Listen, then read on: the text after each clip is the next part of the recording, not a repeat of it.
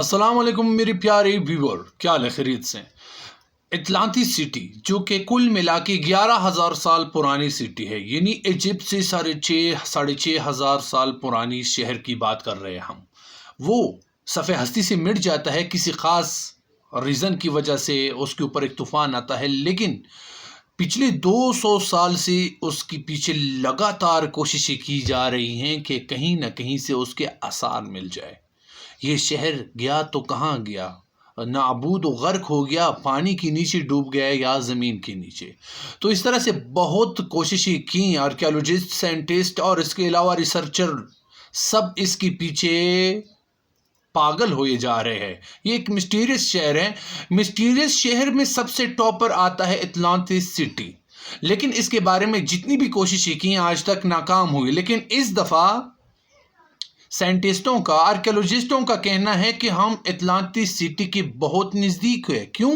کیونکہ ایک ایسا چیز سمندر کی گہرائیوں میں ان کے ہاتھ لگ گیا، جسے دیکھ کر انہوں نے یہ بات کی کہ ہم اٹلانٹس سٹی کے بہت نزدیک ہے۔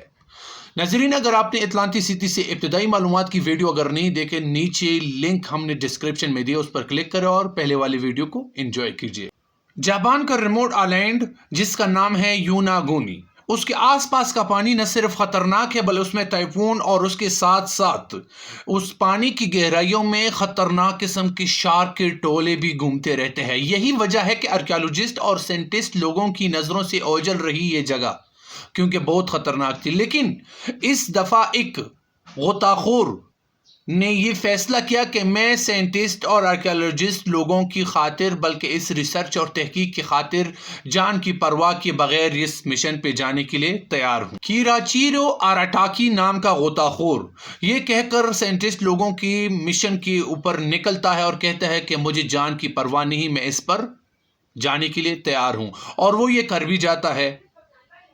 اور یہ بندہ کہتا ہے کہ جب یہ پانی کے نیچے گیا تو کہہ رہا ہے کہ وہاں کا پانی بالکل کرسٹل، اور جب اور نیچے گیا تو اس کو ایک چٹان نظر آئی، ایک پہاڑ، کیونکہ یہ سمندر کے نیچے، تو اس نے سوچا کہ ہو سکتا ہے یہ ایک نیچر پہاڑ ہو۔ لیکن جب تھوڑا اور نزدیک گیا، وہاں سیڑھیوں جیسے سٹپ اس کو نظر آئے، تو اس کا شک یقین میں بدل گیا، تو یہ نیچرل نہیں ہو سکتا بلکہ یہ انسانوں کا بنایا ہوا ہوگا۔ لیکن تھوڑا اور نیچے گیا اپنی ریسرچ کو وہ کرنے کے لیے، پورا کرنے کے لیے، جاری رکھنے کے لیے، جب نیچے اس نے ایسے کچھ دیکھا جس کا یقین کرنا مشکل تھا۔ وہ چٹان نما چیز چوڑائی میں تقریباً 8 فٹ بال کے اسٹیڈیم کے برابر ہے، اندازہ اس سے لگائیں، اور اونچائی میں تقریباً 8 سٹوری بلڈنگ جتنی تھی۔ لیکن آخر وہ چیز کیا تھی؟ کیونکہ